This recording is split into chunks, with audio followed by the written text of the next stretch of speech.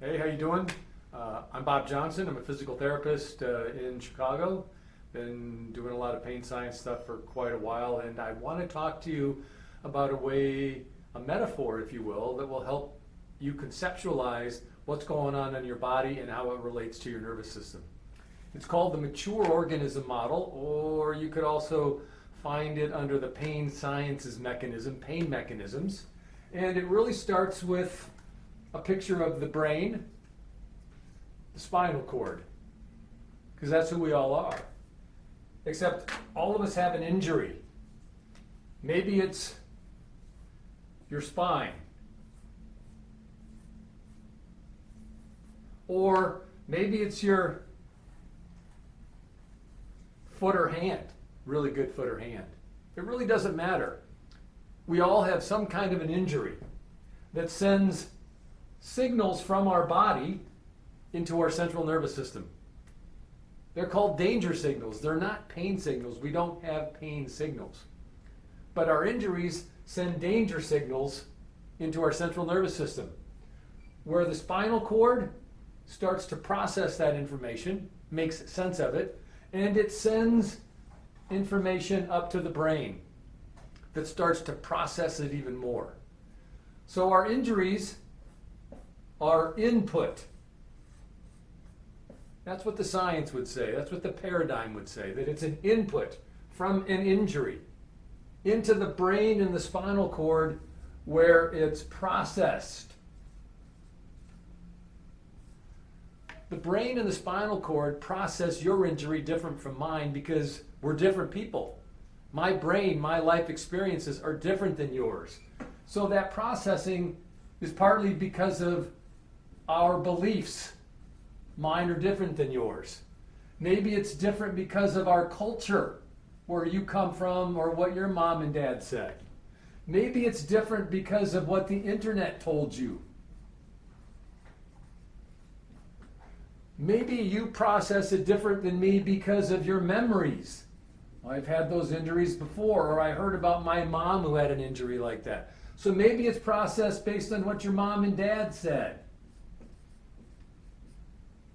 Maybe it's processed for lots of reasons because of who you are. And your system decides if that injury is enough of a threat to deal with that threat. And so your brain has lots of systems set up for it to deal with any threat that we ever have to deal with. Lots of different systems. The nervous system, the immune system, the neuroendocrine system,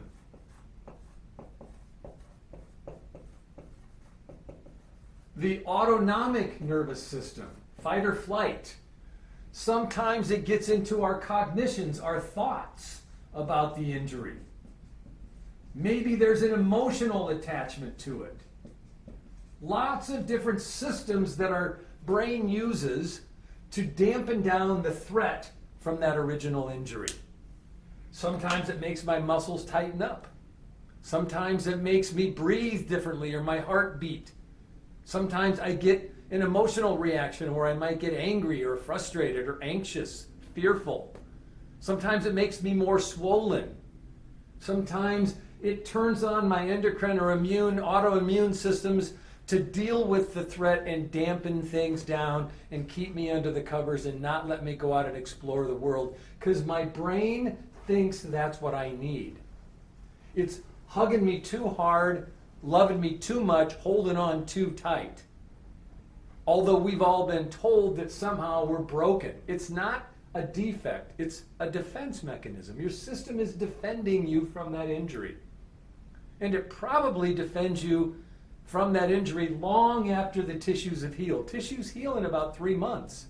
But if these systems stay turned on and try to protect me long after the tissues have healed, we probably assume that it's less about the body and more about my interpretation and the meaning, the threat that I'm giving that injury.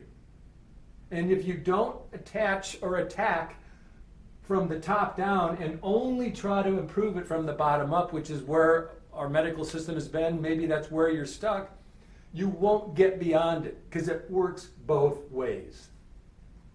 That would be a very biopsychosocial way of looking at it. That would be a very body-related and mind-activated connection, which we all know about, and yet our system says it's really in your body. I want you to take a step back and see if in some way you see yourself in that input that's being processed.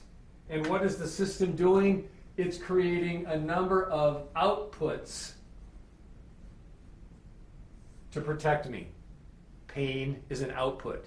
It makes me more sensitive. Swelling is an output. Muscle spasm is an output. Negative thoughts could be an output. Negative emotions could be an output. All of those things are designed because my system is threatened. If you begin to see yourself from those angles, then lots of other top-down and bottom-up strategies might be helpful. Talk to you soon. All the best.